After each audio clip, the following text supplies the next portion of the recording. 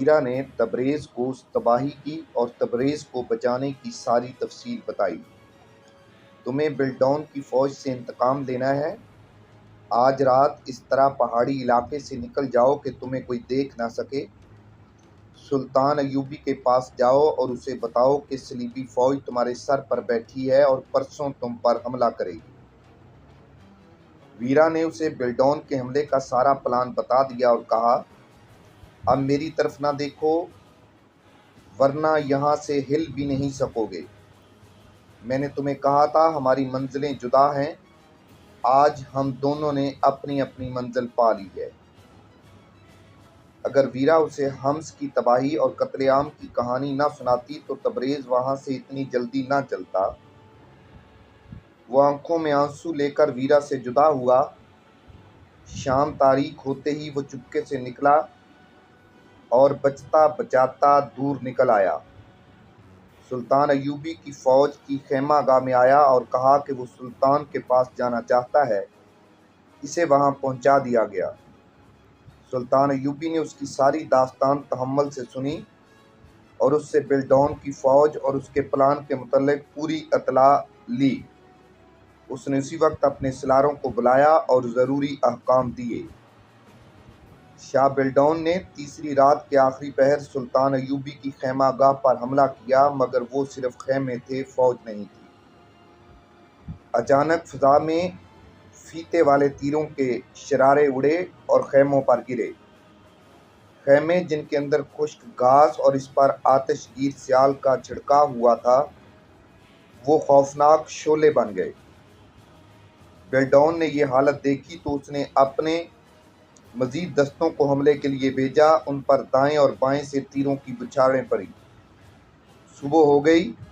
बिल्डौन की इस फ़ौज पर जो वादियों में छुपी हुई थी हमला हो गया। तब बिल्डौन को एहसास हुआ कि उसने सुल्तान अय्यूबी को बेखबरी में नहीं लिया, बल्कि वो खुद सुल्तान अय्यूबी की घात में आ गया है। बिल्डौन एक बुलंदी पर जा खड़ा हुआ और अपनी फ़ौज का हशर देखने लगा। अकब से उस पर तीर आए, मगर वो इसके दो मुहाफ़िज़ों को लगे। वो भाग कर नीचे उतरा तो आगे से सुल्तान अय्यूबी के सिपाही आ गए। बिल्डौन एक तंग से रास्ते से निकल भागा। इस मार्के में बिल्डौन कैदी होते होते बचा। सुल्तान अय्यूबी ने रमला की शिकस्त का इंतकाम ले लिया, जिससे इसकी फ़ौज का हौसला बुलंद और ख़ुद एतमादी बहाल हो गई और वीरा और तबरेज़ तारीख की तारीकियों में रूपोश हो गए।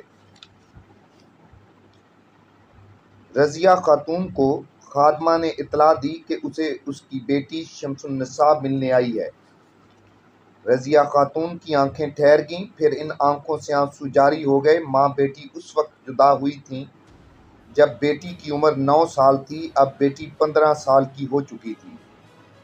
माँ को दौड़कर बाहर निकल जाना और अपनी बिछड़ी हुई बेटी को सीने से लगाना चाहिए था, मगर माँ ने गुस्से से पूछा, वो यहाँ क्यों आई है?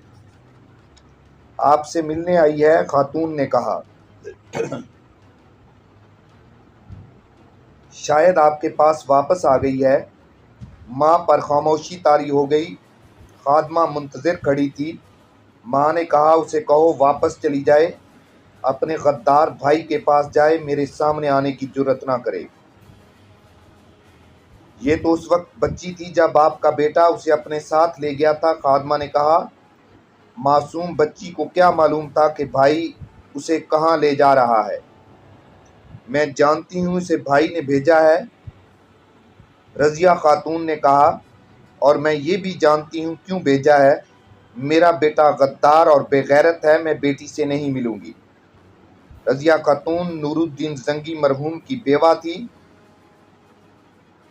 इस्लाम की अजमत का पासबान नूरुद्दीन जंगी फौत हो गया तो इसके उमरा और वज़रा और बाज़ फ़ौजी हकाम ने मनमानी करने के लिए इसके बेटे अल मुल्कुल साले को सुल्तान बना दिया था।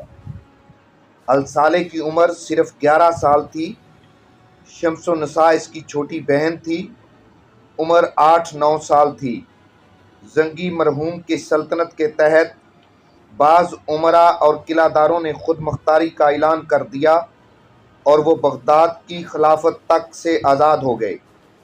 इन सब ने सुल्तान अय्यूबी के खिलाफ महाज कायम कर लिया। उस वक्त सुल्तान अय्यूबी मिस्र में था।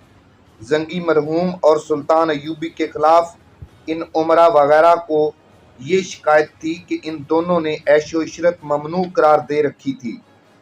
उन्होंने अपने जीने का मकसद सिर्फ ये बता रखा था कि सलीबियों के अज़ाइम को तहस नहस करेंगे, फ़लस्तीन को आज़ाद कराएंगे और सल्तनत इस्लामिया को वुसअत देंगे। बागी उमरा पर सलीबियों के असरात भी थे, इसलिए वो ऐशो इशरत के दिलदादा थे।